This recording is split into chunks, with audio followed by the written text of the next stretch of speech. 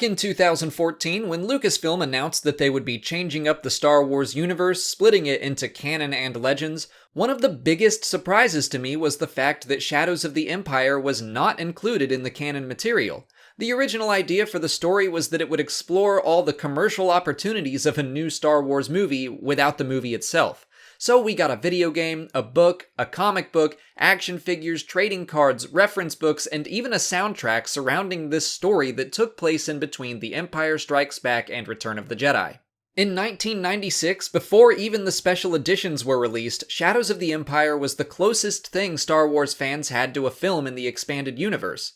Lucasfilm was heavily involved in the project, and George Lucas himself said that he would have made a story like this into a movie if he had the time back in the early 80s.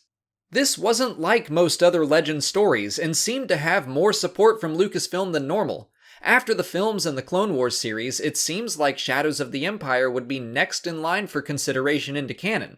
Of course, we know the decision was ultimately made to leave it as part of Star Wars Legends to keep a clean slate, but could the story and its characters ever be brought back into the fold? That's what we'll be exploring today. Since 2014, only 2 stories have explored the time period in between The Empire Strikes Back and Return of the Jedi, but both of them have made the return of the full story of Shadows of the Empire less possible in my eyes.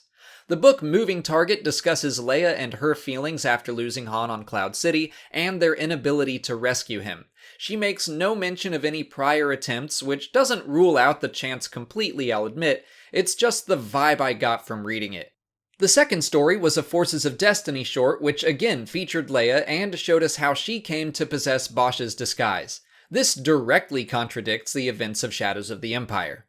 So I don't think we can get the story of Dash and company without some adaptation, but I wouldn't think adaptation is completely out of the question, similar to the way Grand Admiral Thrawn has been adapted to fit into canon.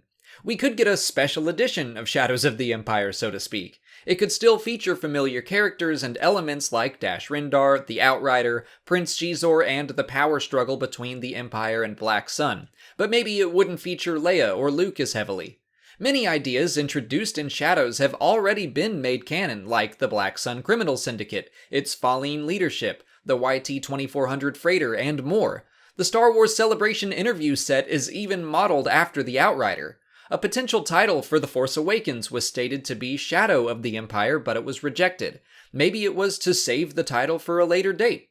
This is of course all pretty wild speculation on my part. I would lean towards not expecting anything to avoid getting my hopes up, but it wouldn't really surprise me to continue seeing some of the concepts first seen in Shadows pop up.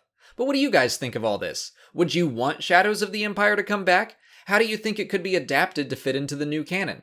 Let me know in the comments. And if you haven't seen it, I just finished a lore play series of the game last week that you can watch right here. Also, heads up, I will be taking a short break from lore plays for the release of Solo, a Star Wars story, but they will be back soon.